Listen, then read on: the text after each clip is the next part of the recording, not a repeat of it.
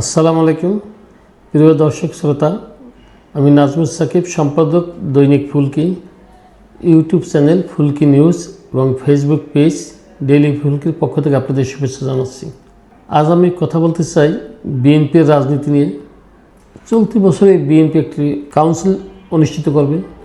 এই কাউন্সিলে বিএনপির পরবর্তী কমিটি নির্ধারণ হবে।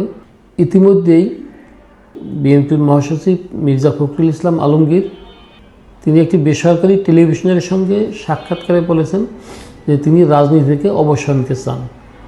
এরপরেই কী হচ্ছেন মহাসচিব, এটা নিয়ে আরও গুঞ্জন শোনা যাচ্ছে। এই সাক্ষাৎকারে তিনি বলেছেন বিএনপি সরকার গঠনের পর তাদের সর্বোচ্চ নীতি নির্ধারণী ফোরাম বিএনপি স্থায়ী কমিটির মিটিং হয়েছে। এই সভায় বিএনপি কাউন্সিল অনুষ্ঠানের বিষয়ে কথা হয়েছে। সেখানে চলতি বছরের মধ্যে কাউন্সিল অনুষ্ঠিত হবে। এই কাউন্সিলের আগে তৃণমূল পর্যায়ের সম্মেলনগুলি অনুষ্ঠিত হবে। সেই সম্মেলনে কমিটিও গঠন করা হবে। বিএনপির রাজনৈতিক নেতাদের সঙ্গে খোঁজখবর নিয়ে যতটুকু জানা যায়, বর্তমান সরকারের এই প্রেক্ষাপট দেখে স্বরাষ্ট্রমন্ত্রী সালাউদ্দিন আহমেদ সাহেবই বিএনপির পরবর্তী মহাসচিব হবে বলে দলের নেতাকর্মীরা মনে করছেন।